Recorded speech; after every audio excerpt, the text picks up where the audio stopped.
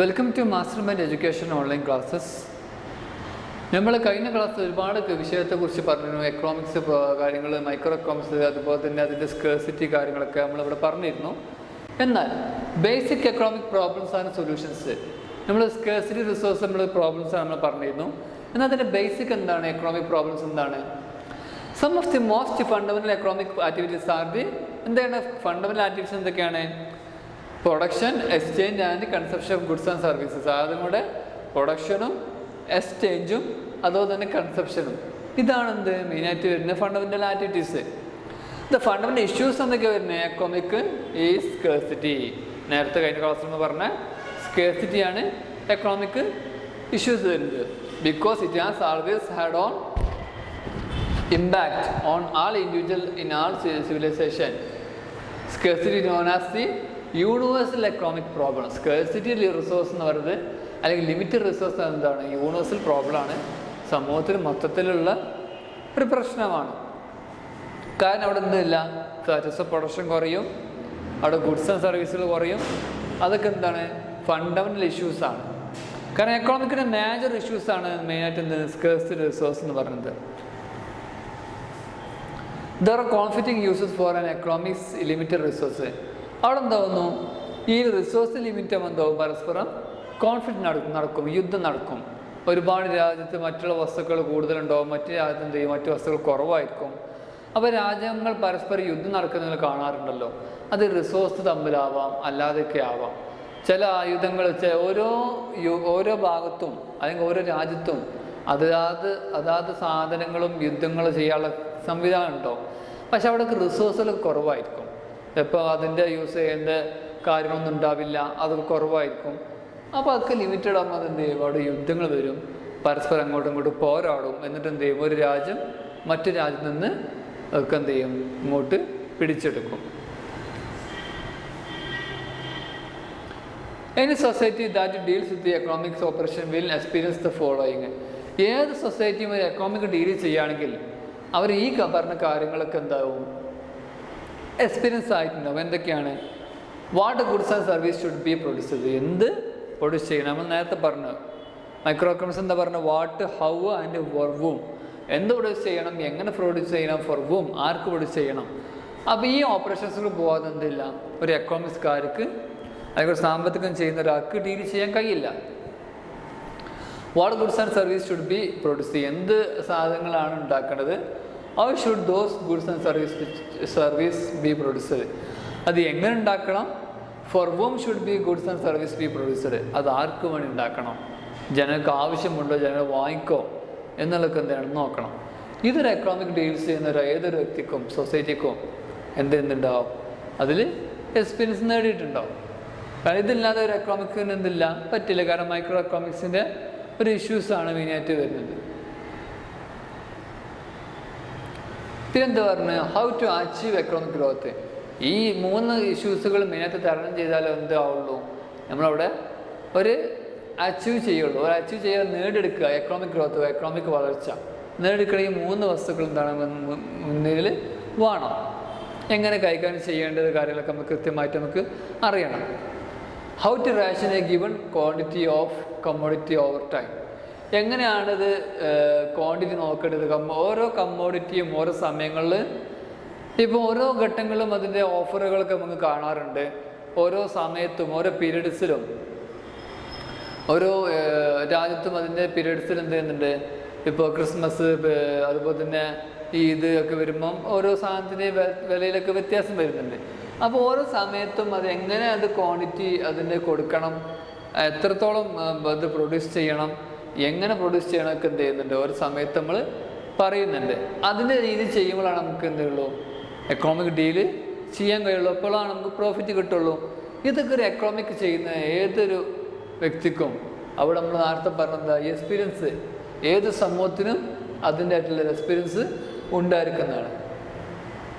അങ്ങനത്തെ പ്രോബ്ലംസ്, ഈ പറഞ്ഞ 5 പ്രോബ്ലംസ്, ഇതിൽ മെയിനായിട്ട് 3 പ്രോബ്ലംസ് നമ്മൾ മൈക്രോ എക്കണോമിക്സ് പറഞ്ഞിരുന്നു. മാക്രോ എക്കണോമിക്സ് ആകുമ്പോൾ അതിൻ്റെ ജനറൽ ലെവലാണ് പറയുന്നത്. എന്തുണ്ടാക്കണം, എങ്ങനെ ഉണ്ടാക്കണം കഴിഞ്ഞ ജനറൽ ലെവൽ പറയുന്നുണ്ട്. ഇത് സാധാരണ എക്കണോമിക്കിൽ പറയുന്ന സംഭവമാണ്. മൈക്രോയിലും പറയാം, മാക്രോയിലൊക്കെ പറയാം. ഈ പറഞ്ഞ പ്രോബ്ലംസിൽ the basic economic problem are, ഈ പറഞ്ഞ പ്രോബ്ലംസിൽ ബേസിക് എക്കണോമിക്സ് എന്താണ്? What to produce, how to produce and for whom to produce. നമ്മൾ പറഞ്ഞ ആദ്യത്തെ 3 പ്രോബ്ലംസാണ് ബേസിക് ആയിട്ടുള്ളത്. മറ്റു 4, 5 എന്താണ്? അത് ബേസിക് പ്രോബ്ലം അല്ല, അതൊരു പ്രോബ്ലമായിട്ട് ഇത് പറഞ്ഞത്. ബേസിക് ആയിട്ടുള്ള പറഞ്ഞ എക്കണോമിക് പ്രോബ്ലംസ് എന്താണ്? ആദ്യം പറഞ്ഞ 3 കാര്യങ്ങളാണ്. ഈ 3 കാര്യങ്ങളുടെ എങ്ങനെയാണ് വാട്ട് ടു പ്രൊഡ്യൂസ് പറഞ്ഞത്, എങ്ങനെ പ്രൊഡ്യൂസ് ചെയ്യുന്നു, ഹൗ ടു പ്രൊഡ്യൂസ്, എന്ത് പ്രൊഡ്യൂസ് ചെയ്യുന്നു, ഫോർ whom ടു പ്രൊഡ്യൂസ്, എങ്ങനെ ആർക്ക് വേണ്ടി പ്രൊഡ്യൂസ് ചെയ്യുന്നു, ഇതിന് വിശദ വിവരങ്ങൾ നമുക്കാണ് ഇന്നടുത്താണ് നമുക്ക് അതാണ് പറയാനുള്ളത്. അതൊന്ന് ശ്രദ്ധിച്ച് നോക്കുക. നമ്മൾ പ്രധാനപ്പെട്ട പറയുന്നത് എന്താണ്? For what to produce, how to produce, whom to produce. അതിലൊന്നാമത്താണ് വാട്ട് ടു പ്രൊഡ്യൂസ്, എന്ത് പ്രൊഡ്യൂസ് ചെയ്യണം. ഒരു എക്കണോമിക് ബേസിക് പ്രോബ്ലംസ് ആണ്. What to produce refers to what goods and service that the economy should produce and as well as how much of each to produce. ഓരോ സാധനവും എത്രത്തോളം produce ചെയ്യണം, എങ്ങനെ produce ചെയ്യണം, economy should produce as well as how much, എത്ര എണ്ണം നമ്മളത് produce ചെയ്യണം എന്നാണ് ഇവിടെ ഈച്ച് ടു പ്രൊഡ്യൂസ്. ഓരോ സാധനത്തിൻ്റെയും ക്വാണ്ടിറ്റി എന്ത് ചെയ്യണം നമ്മൾ നോക്കണം. This query relates to resource allocation on the distribution of limited resources among the competing users. ഓരോ രാജ്യങ്ങളും ഓരോ കോമ്പറ്റിങ് ചെയ്യുന്നുണ്ടാവും, പക്ഷെ അവിടെയൊക്കെ എന്താണ് റിസോഴ്സുകൾ ലിമിറ്റഡ് ആണ്.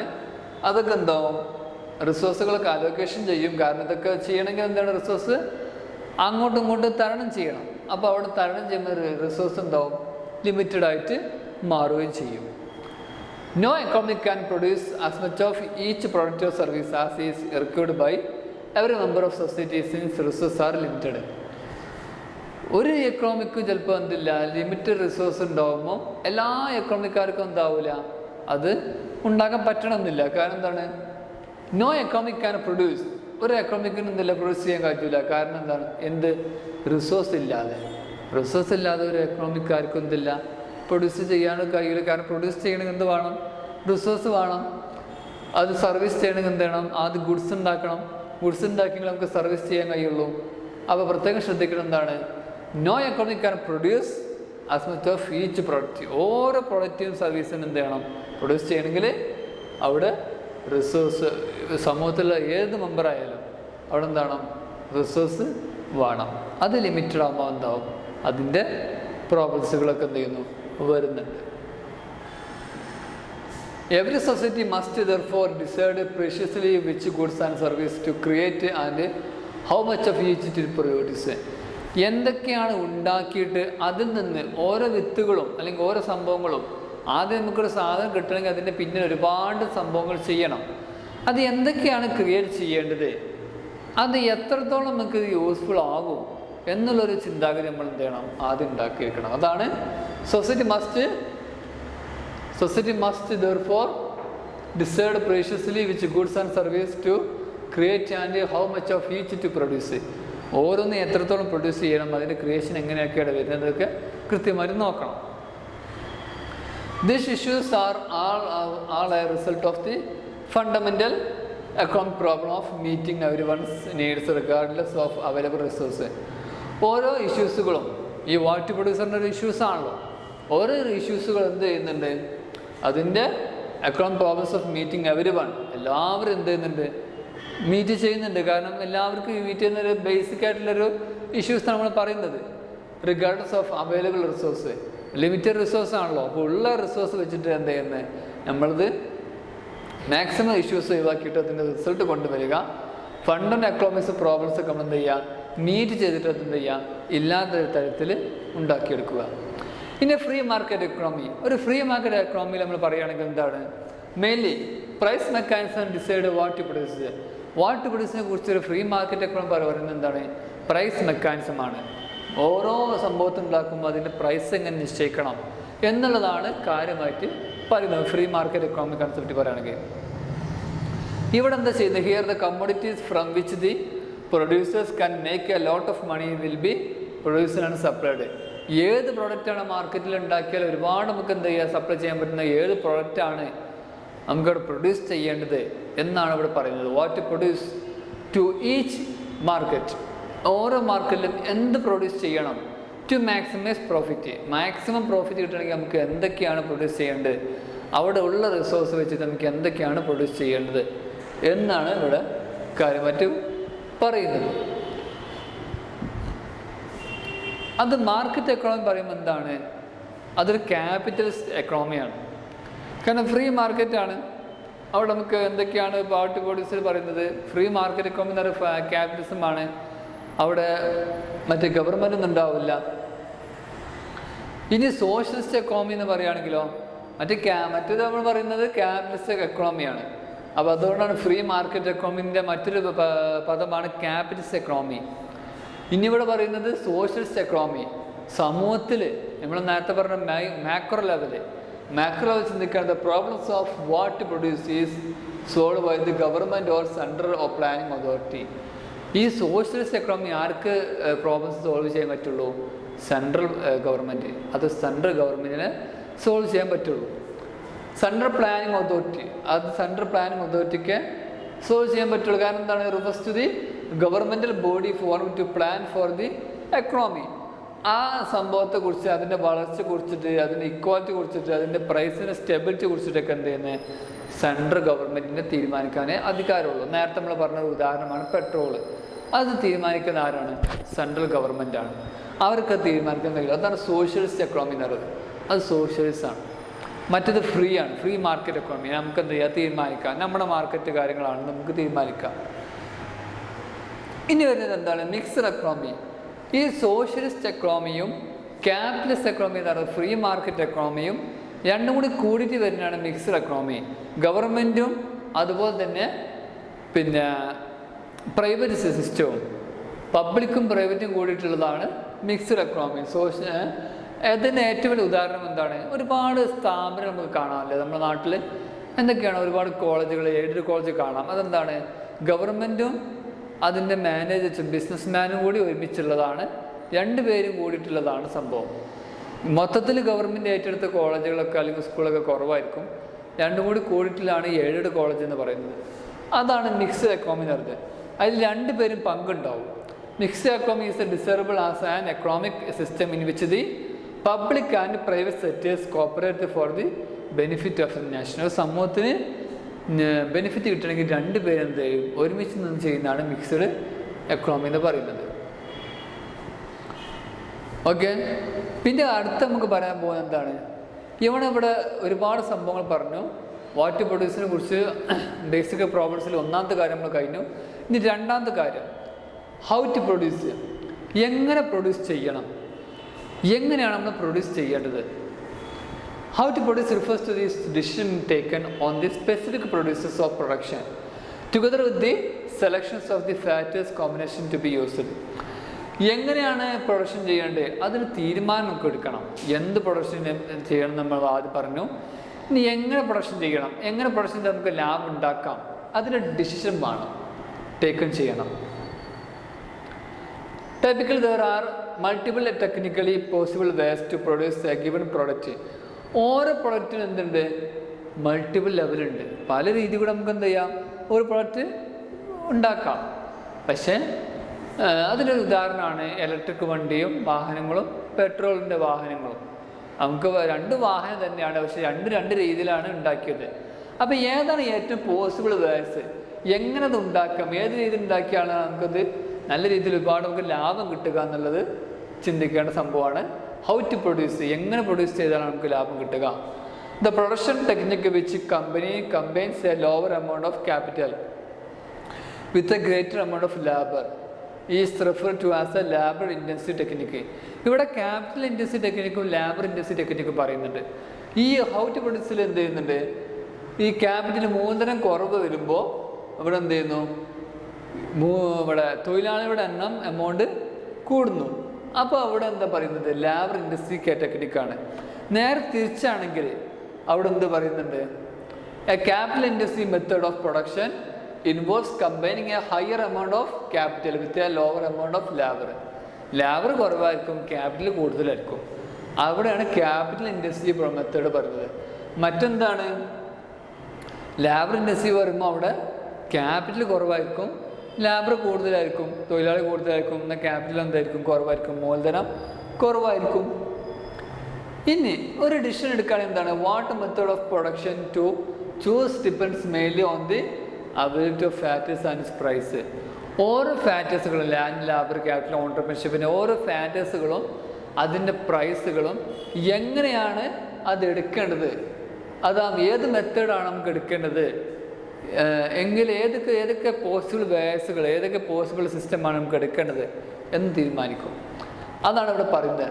അത് ഡിപ്പെൻഡ് ചെയ്തിട്ടാണ് എന്ത് ചെയ്യുന്നത്, ഏതൊക്കെയാണ് പോസിബിൾ വേസിൽ എടുക്കാൻ പറ്റുക, അവൈലബിൾ ആയിട്ടുള്ള റിസോഴ്സുകൾ എങ്ങനെയൊക്കെ ഉള്ളത്. ഓരോ റിസോഴ്സ് വെച്ചിട്ട് ഇതിനൊക്കെ പിന്നിൽ എന്തുണ്ട്, റിസോഴ്സുകളുണ്ട്. അത് നോക്കിയിട്ട് നമുക്ക് എന്താ ചെയ്യാൻ പറ്റുള്ളൂ, ഫാക്ടേഴ്സ് ഓഫ് പ്രൊഡക്ഷൻ ചെയ്യാൻ പറ്റുള്ളൂ. അണ്ടർ ഫ്രീ മാർക്കറ്റ് എക്കണോമി, നമ്മൾ നേരത്തെ പറഞ്ഞ ക്യാപിറ്റലിസ്റ്റ് എക്കണോമിയിൽ the decision on the how to produce is determined by the price mechanism. Capitalist എക്കണോമിയിൽ പറയുകയാണെങ്കിൽ എന്താണ്, അത് പ്രൈസ് മെക്കാനിസമാണ്. The method with the lowest production cost will be chosen by the producers. അവിടെ എന്ത് ചെയ്യുന്നു, ലോവസ്റ്റ് പ്രൊഡക്ഷൻ, കുറഞ്ഞ പ്രൊഡക്ഷനിൽ എന്ത് ചെയ്യുന്നു, cost will be chosen by the producers.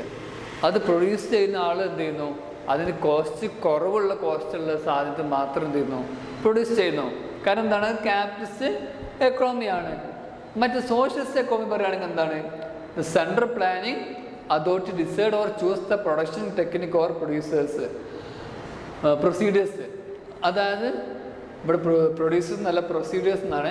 Socialist economy പറയുകയാണെങ്കിൽ എന്താണ്, സെൻട്രൽ പ്ലാനിങ് ആണ് അവിടെ അതോറിറ്റി തീരുമാനിക്കുന്നത്. എന്താണ്, പ്രൊഡക്ഷൻ ടെക്നിക്കുകളും പ്രൊസീഡിയേഴ്സുകളും, whether labour or capital, labour ആവട്ടെ അല്ലെങ്കിൽ ക്യാപിറ്റൽ ആവട്ടെ, intensive production method will be employed in to decide by the central planning body. അതിൻ്റെ എന്ത് പരിപാടി നടക്കുകയാണ് സെൻട്രൽ പ്ലാനിങ് ബോഡിയിൽ എന്താണ് ചെയ്യുന്നത്, അത് ഡിസൈഡ് ചെയ്യുന്ന ആരാണ്, സോഷ്യലിസ്റ്റ് എക്കണോമി പറയുന്നത്. അങ്ങനെ സെൻട്രൽ പ്ലാനിങ്ങിൽ ഗവൺമെൻറ്റാണ് ഡിസൈഡ് ചെയ്യുന്നത്.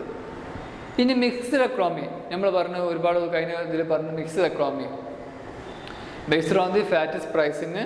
അവിടെ ഫാക്ടർ പ്രൈസിങ് വരുന്നു, ടെക്നോളജി ആക്സസിബിലിറ്റി വരുന്നു, തുടങ്ങിയ കാര്യങ്ങൾക്ക് മൊത്തത്തിൽ എന്ത് ചെയ്യുന്നു, രണ്ടുകൂടി ഒരുമിച്ച് മിക്സായിട്ട് വരുന്നതാണ് മിക്സ്ഡ് എക്കണോമി വരുന്നത്. The private sectors choose the production methodology or method. Private എന്താണ് മെയിനായിട്ട് മെത്തേഡ് ചെയ്യുന്നത്, പ്രൊഡക്ഷൻ കാര്യങ്ങളിലാണ് മെത്തഡോളജി, പ്രൊഡക്ഷൻ മെത്തഡോളജിയാണ് അല്ലെങ്കിൽ മെത്തേഡാണ് പ്രൈവറ്റ് എടുക്കുന്നത്. ഓക്കെ, ഇനി നമ്മൾ എന്തൊക്കെ പറഞ്ഞു ഇവിടെ, what to produce, how to produce എന്ന് പറഞ്ഞു. ഇനി മൂന്നാമത്തെ പ്രോബ്ലംസ് എന്താണ്, ഫോർ ഹൂം ടു പ്രൊഡ്യൂസ്. ആർക്ക് വേണ്ടിയിട്ട് നമ്മൾ പ്രൊഡ്യൂസ് ചെയ്യണം, നമ്മുടെ സമൂഹത്തിന് വേണ്ടി പ്രൊഡ്യൂസ് ചെയ്യണം. പക്ഷെ സമൂഹം എത്രത്തോളം അത് ഇൻവോൾവ് ചെയ്യും, എത്രത്തോളം അത് സ്വീകരിക്കും എന്ന് നമ്മൾ തീരുമാനിക്കേണ്ടത്, ഡിസിഷൻ മേക്കിംഗ് ചെയ്യേണ്ടതുണ്ട്. For whom to produce is a term use to describe how the final product will be distributed among this consumers. അവസാനമായിട്ട് നമ്മൾ എന്തുണ്ടാക്കണം എന്ന് പറഞ്ഞു, എങ്ങനെ ഉണ്ടാക്കണം പറഞ്ഞു, പിന്നെ അത് എന്തുണ്ടാക്കി, നമ്മൾ എന്തുണ്ടാക്കി, ഒരു സാധനം ഉണ്ടാക്കി, അത് എങ്ങനെ ഉണ്ടാക്കണം നമ്മൾ തീരുമാനിച്ചു, അങ്ങനെ നമ്മൾ ആ രീതി ഉണ്ടാക്കി. പക്ഷെ അവസാനം വാങ്ങുന്നവരാണ് ഫോർ ഹൂം ടു പ്രൊഡ്യൂസ്. ഏതൊക്കെ കൺസ്യൂമറാണ് അത് വാങ്ങുക എന്നെന്ത് ചെയ്യുന്നു ഇവിടെ പറയുന്നുണ്ട്. അത് അവിടെ അവസാന ഘട്ടത്തിലാണ്, അത് കൺസ്യൂമറിൻ്റെ അടുത്തേക്ക് എത്തുമ്പോഴാണ് ഫോർ ഹൂം ടു പ്രൊഡ്യൂസ് എന്ന് പറയുന്നത്. The issue of for whom to produce is resolved by the price mechanism in a free enterprise system. ഒരു ഫ്രീ മാർക്കറ്റ് സിസ്റ്റത്തിൽ അതെന്താണ്, issue of for whom to produce. whom to produceലെ ഇഷ്യൂസുകളൊക്കെ എന്ത് ചെയ്യുന്നു, resolve ചെയ്യുന്ന ആരാണ്, in price mechanism. Price mechanism നമ്മൾ എന്താ പറയുന്നത്, ക്യാപിറ്റലിസ്റ്റ് എക്കണോമിയിലാണ് പ്രൈസ് മെക്കാനിസം പറഞ്ഞത്. അത് ഫ്രീ മാർക്കറ്റ് സിസ്റ്റത്തിലാണ് പറയുന്നത്, അല്ലെങ്കിൽ ഫ്രീ എൻ്റർപ്രൈസ് സിസ്റ്റത്തിലാണ് പറയുന്നത്. The economy will create the goods needed to fulfill the needs of those with the means of purchase them. എന്തൊക്കെയാണ് purchase ചെയ്യേണ്ടത് അത് നമ്മളാണ് തീരുമാനിക്കുന്നത്. അപ്പോൾ എത്രത്തോളം അത് പർച്ചേസ് ചെയ്യും എന്നുള്ളത് എന്ത് ചെയ്യണം, ആദ്യത്തെ ആൾക്കാർ മെത്തേഡ് ഉണ്ടാക്കുന്ന ആൾക്കാർ ചിന്തിക്കണം. എത്രത്തോളം വിറ്റ് പോകും, എത്രത്തോളം കാര്യം ചെയ്യുന്നത്, എങ്ങനെയൊക്കെയാണ് ചെയ്യേണ്ടത്, അതിൻ്റെ മാനേജ് സിസ്റ്റം എങ്ങനെയാണ്, അതൊക്കെ ചെയ്താൽ എങ്ങനെയൊക്കെ ചെയ്താലാണ് ജനങ്ങളെ വാങ്ങിക്കുക, ഏതൊക്കെ മെത്തഡോളജികളൊക്കെ ഉപയോഗിക്കുന്നത് എന്നൊക്കെ തീരുമാനിക്കേണ്ടത് അതാരാണ്, മറ്റുള്ളവരാണ്. What to produce, how to produce. ഇനി സോഷ്യലിസ്റ്റ് എക്കോണമി, നമ്മൾ പ്രൈവറ്റ് എക്കോണമി പറഞ്ഞു എന്താണ്, പ്രൈസ് മെക്കാനിസം സിസ്റ്റത്തിലാണ് പറഞ്ഞു. സോഷ്യലിസ്റ്റ് എക്കോണമിയിൽ പറഞ്ഞാണ് the government rations goods to ensure the social justice. സമൂഹത്തിൽ നീതിയാണെങ്കിൽ നമ്മൾ എന്താണ്, സമൂഹത്തിൽ ഗവൺമെൻറ്റാണ് തീരുമാനിക്കേണ്ടത്. The rationing schedule was implemented to provide access to basic commodity to the less privileged sections of the society. എല്ലാ സമൂഹത്തിനും സമുദായത്തിൽ താമസിക്കുന്ന എല്ലാവർക്കും ബേസിക് ആയിട്ടുള്ള നെസസിറ്റി അല്ലെങ്കിൽ ബേസിക് കമ്മോഡിറ്റി നിർബന്ധമായിട്ട് നമുക്ക് വേണ്ടിയിട്ടുള്ള കമ്മോഡിറ്റീസുകൾ ഉണ്ട്. എന്തൊക്കെയാണ് നമ്മൾ കഴിഞ്ഞ ഇതിൽ പറഞ്ഞിരുന്നത്? ഫുഡ്, അതുപോലെ തന്നെ ഷെൽട്ടർ, വാട്ടർ തുടങ്ങിയിട്ടുള്ള കാര്യങ്ങളൊക്കെ നമ്മൾ പറഞ്ഞിരുന്നു.